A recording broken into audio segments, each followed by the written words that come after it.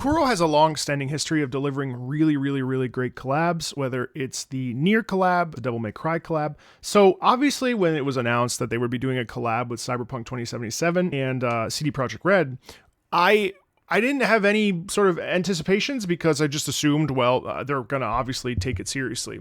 And based on this trailer, that is absolutely the case.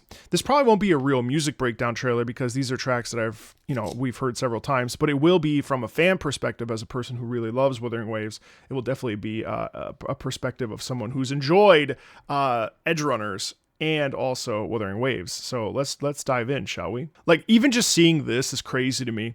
I made a tweet the other day talking about how I felt that Kuro Games was really starting to separate itself from wanting to compete with other gacha games in the space. This was interpreted as tribalistic, but it was not really meant that way. What I was suggesting is that this is a company that very clearly collaborating with such a serious IP like Cyberpunk and a company like CD Projekt Red, for the longest time, a darling of the game space, especially when it came to stuff involving The Witcher. Obviously, we all know how the Cyberpunk initial launch was received, but also the way that Cyberpunk has transformed is honestly preposterous, and it shows how much they wanted to right that wrong and correct that ship. But to see Kuro Games and CD Projekt Red next to each other, to me, is an indicator of how much Kuro wants to take itself seriously and to legitimize itself in a AAA space. Now, obviously, the amount of money that goes into producing these high production level quality gacha games, with the amount of money that's coming in from the revenue from the 50/50 and from people pulling and stuff, obviously that already puts it at a bracket that is a AAA bracket just by default. But what I mean to say is that gacha games tend to be sitting in their own little corner of the games industry due to their monetization model. That's obvious, right? So you have Genshin started this with its very AAA polished quality open world exploration, and that then obviously has spilled forth into other games of the like. I think that Kuro Games wants to sort of separate itself from the market and reach the widest possible audience that's available to them. Obviously, it helps that Tencent is involved, of course, but one of the most amazing things to me is that they're willing to say, you know what, we're clearly trying to no longer be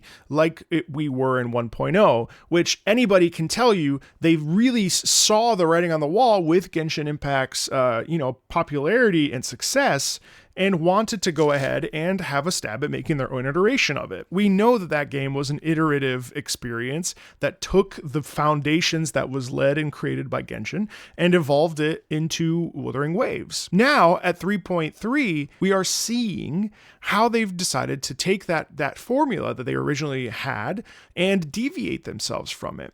And so when I see Kuro Games and CD Projekt Red in the same image, that to me indicates that they want to expand. They want to move away from the gacha space. Now, naysayers will say, well, it's never going to not be a gacha game because it has gacha mechanics and it has a monetization model that is inherently predatory and this and that and the other. But as a fan of the game, I'm going to look past that because I'm just here for the excitement of the fact that Kuro Games and CD Projekt Red, two of my favorite developers, I have 500 hours in The Witcher 3, are working together for a very special collaboration highlighting Edge Runners, which is a phenomenal and profoundly good piece of visual media. And to me, that is just that's them saying, hey, we understand that we're in the gacha space. We understand that we're over here in this monetization model, but we believe as a company that we have the capability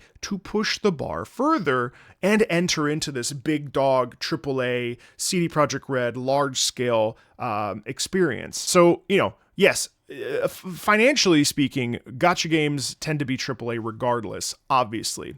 But I'm talking about sheer quality outside of monetization model. That's where it seems to me that Kuro wants this ship to go. And I can't blame them because they're really pouring themselves into it. They do have to fix things with optimization. But also it's a very interesting thing to be a game that has to work on all these different platforms while also trying to push the envelope at the same time. I find that very intriguing. How do you make a game work for a phone and also work for a high-end PC? But, optimization is the name of the game. Speaking of optimization, Cyberpunk 2077 is a stunning experience on the Nintendo Switch 2. Back into it. Good morning. Look. You see Night City right here? This is crazy. Delamain and the moon, obviously. And the fact that we are seeing a Night City within Wuthering Waves is sort of like image model and the way that it looks is absolutely preposterous. Also, the fact that this is exactly how Cyberpunk starts is insanely cool. But I wasn't expecting to see Star Torch Academy at all. I was expecting to, I don't know what I was expecting. But the fact that this is here is crazy. But really, this is something. I'm kind of stunned by this. But like, now this is an image. To see Lucy and Rebecca at Star Torch Academy, that is just shocking. Solaris!